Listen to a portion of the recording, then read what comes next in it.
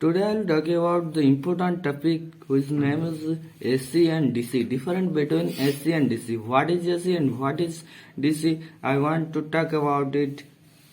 What is alternating current? AC is known as alternating current, but why it is known as alternating current? Because his direction is changed and his magnitude will be changed. This is the signal wave of AC circuit. So his magnitude will be changed and his direction will changes in both sides. So this is known as alternating current. And direct current. What is direct current?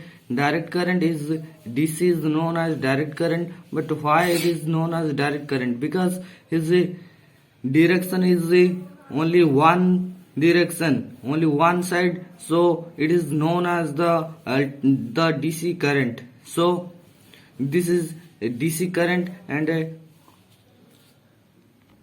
his magnitude will be constant, so this is direct current. So this is the current which changes its magnitude and direction periodically is called alternating current, and the current which does not change its magnitude direction periodically is called direct current.